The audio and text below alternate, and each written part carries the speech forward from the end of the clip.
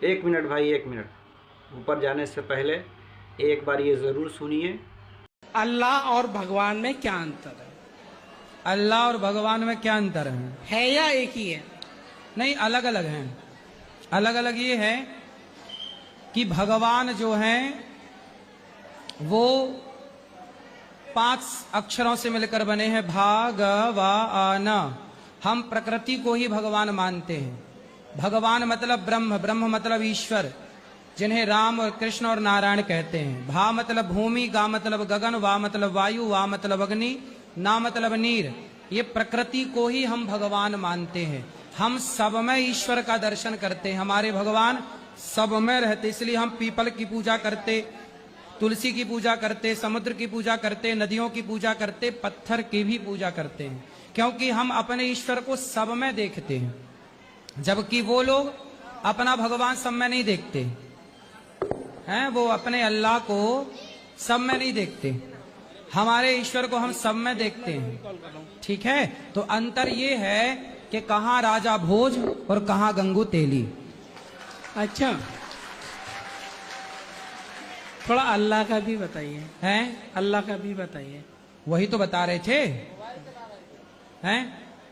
कोई नहीं, वही तो बता रहे थे, कहाँ राजा भोज, कहाँ गंगू तेली।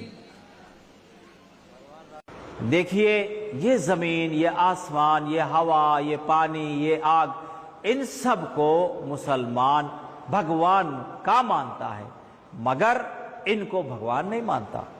दूसरी बात, आपने सही कहा, मुसलमान अपने अल्लाह को हर चीज में, सब में नहीं देखते। ये सही बात है।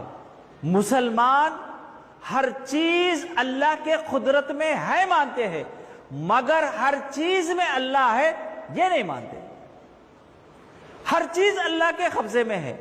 जैसे जमीन अल्लाह के कब्जे में, सूरज अल्लाह के कब्जे में, हवा अल्लाह के कब्जे में, हर चीज अल्लाह के कब्जे में है, मगर हर चीज में अल्लाह है ये नहीं मानते। देखिए, हर चीज में भगवान को मानना, हर जगह भगवान को मानना, ये वेद और शास्त्रों की खिलाफ वर्जी होती है। मसलन आप भगवत गीता पढ़िए, अध्याय नंबर 9, श्लोक नंबर 4।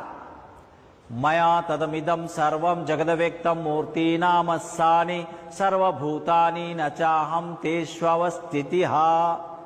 इसका मतलब यह है कि हर प्राणी, हर चीज मेरे अंदर है, मगर मैं उनके अंदर नहीं हूं। यानी हर चीज मेरे कब्जे कुदरत में है, मगर मैं उनके अंदर नहीं हूं। फिर वो कहां रहता है? भगवत गीता अध्याय नंबर 8, श्लोक नंबर 3, अक्षरम ब्रह्म परमम स्वभावोध्यमुच्यते। वो ब्रह्मा, वो ईश्वर परम यानी ऊपर रहता है। जिसने आसमान को बनाया, क्या वो इस आसमान के नीचे है? कोई बता सकते हैं? और कुरान में सूरह नंबर 20 आयत नंबर 5 में है, अर्रहमान अलल अर्श इस्तवा। वो रहमान, वो अल्लाह अर्श पर कायम है। देखिए, ये दुनिया एक जर्रे के बराबर है। इतनी छोटी दुनिया में वो अल्लाह कैसे आएगा? इससे पता चला कि भगवान ईश्वर अल्लाह सृष्टि में नहीं रहता। पेड़, पहाड़, समंदर, नदी, ये पत्थर, ये सब सृष्टि है। मुसलमान सृष्टि की पूजा नहीं करता। जिसने इस अंडपिंड ब्रह्मांड को बनाया, जिसने इतने बड़े संसार को बनाया, मुसलमान उसकी इबादत और बंदगी करता है, सृष्टिकर्ता की पूजा करता है, सृष्टि की नहीं। सृष्टि की पूजा करने का वेदों शास्त्रों में, धार्मिक ग्रंथों में सख्ती के साथ मना किया गया है। इसका अंजाम नरक बताया गया है।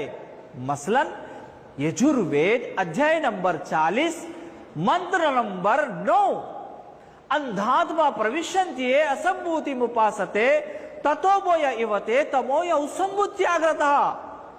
جو لوگ اس سستی کی پوجا کرتے ہیں اور جو لوگ بنائی ہوئی چیزوں کی پوجا کرتے ہیں، ایسے لوگ اندھکار نرک میں پرویش کریں گے، اندھکار نرک میں داخل کیے جائیں گے۔ قرآن میں سورہ نمبر 5 آیت نمبر 72 میں وَمَوَاهُ النَّارُ وَمَا لِلظَّالِمِينَ مِنْ أَنصَارٍ، ایسے لوگوں کا ٹھکانہ جہنم کی آگ ہوگا اور ان کا کوئی مددگار نہیں ہوگا۔ اس سستی کرتا کو چھوڑ کر اس کی بنائی ہوئی چیزوں کی سستی کی پوجا کرنا، اس کا انجام نرک ہوتا ہے۔ اسی لیے مسلمان سستی کی پوجا نہیں کرتا۔ اب میں آپ کو اللہ کے بارے میں مختصر سے بتاؤں گا۔ وہ اللہ ایک ہے، اکیلا ہے۔ وَإِلَٰهُكُمْ إِلَٰهٌ وَاحِدٌ، وہ اکیلا ہے، اسی لیے سب کے لیے زمین ایک ہے، سب کے لیے آسمان ایک ہے، سب کے لیے سورج ایک ہے، سب کے لیے ہوا پانی سب کے لیے برابر ہے۔ اگر ہر مذہب کا الگ الگ بھگوان ہوتا تو پھر ہر مذہب کا الگ الگ سورج ہونا چاہیے تھا، ہر مذہب کی الگ الگ زمین ہونا چاہیے تھا۔ ایسا ہے کیا؟ نہیں نا۔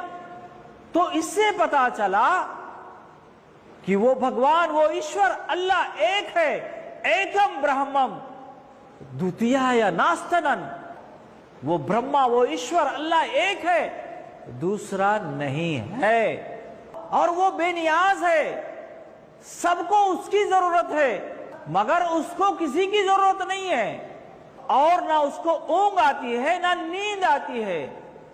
وہ سب کو روزی دیتا ہے، سب کو کھلاتا ہے پلاتا ہے، مگر اس کو کھانے پینے کی ضرورت نہیں ہے، اور نہ وہ کسی کا باپ ہے اور نہ وہ کسی کا بیٹا ہے۔